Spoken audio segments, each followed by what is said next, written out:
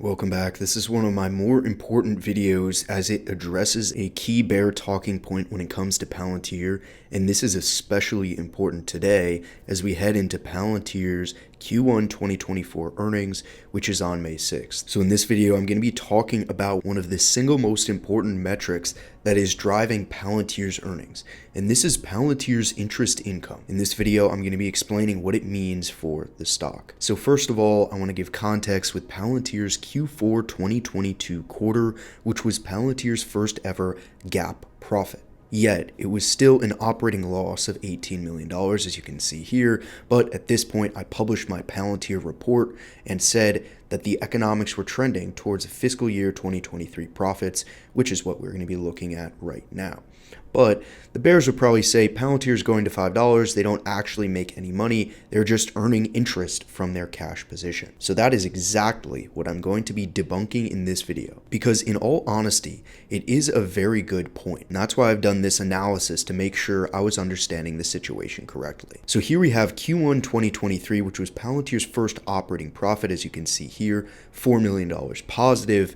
And if we actually look a little closer, this is just called a Sankar diagram, which shows Palantir's government, business, commercial coming together for total revenue, their gross profit. They retain a lot of that because of their high gross margins as a software company, and then their operating expenses for sales and marketing, general administrative, which is a lot of the salaries and so on, and their R&D. So our operating profit, as I already mentioned, that leads into what we have for our final net profit. But the net profit is $19 million. How did they accomplish that with only $4 million in operating profit? Well, it turns out they get taxed on that. They have other expenses, but they actually have interest income of $20 million for this quarter, which means it was still not entirely an operating profit because they ended up losing it if you add these together. And they only ended up with 19 million, but they had 20 million in interest. So what you would say from this quarter is Palantir is still losing money. Let's see what happened in Q2 2023. As we all know, Palantir is exceptional, but we still have to keep diversified portfolios. So let's look at two reports. The average moderate risk portfolio has nearly 80% of its risk coming from core equities. Goldman Sachs goes on to talk about assets outside of stocks playing a bigger role. In 2022, the art and collectibles market was estimated at least $2.1 trillion, and it is now predicted to grow to an estimated $2.8 trillion in 2026. Additionally, roughly 63% of surveyed wealth managers have already integrated art into their wealth management offering. So you should check out our sponsor, Masterworks.com, an alternative investing platform giving you access to this growing art market in an affordable way. Masterworks buys blue chip art, securitizes it to break it into shares, and then they sell it, returning any potential profit to shareholders.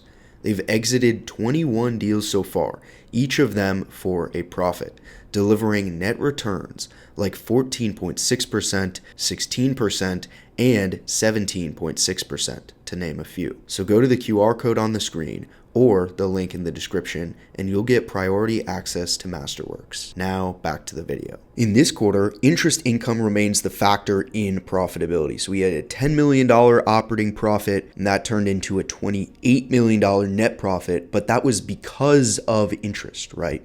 So the interest, once again, was the significant driving factor in Palantir's net profit, because the interest was 29, which is above Palantir's 28 for that quarter. So you might be asking yourself, well, is Palantir ever going to make a profit from the core fundamentals of the business? And that would come in Q3 2023. So it's very important to understand this progression.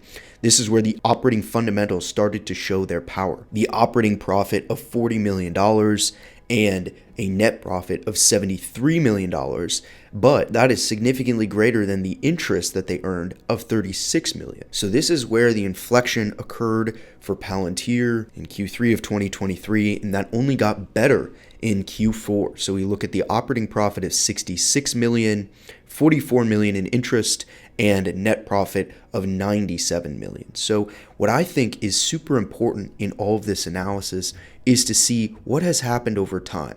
Well, in Q1, it was a 1% margin, and then a 2% margin, and then a 7% margin, and then an 11% margin. And for net profit, it's gone from 4% to 5% to 13% to 16%. So Palantir's margins are exploding, and they're very much trending in the right direction. And they're not going to improve as much as they have every single time, because these are really drastic improvements. But what I do want to talk about now is a graph here that shows the timeline of what has transpired. So this breakdown is giving Palantir's interest income on the bottom that we just talked about, and their core earnings power, which is their net profit minus their interest.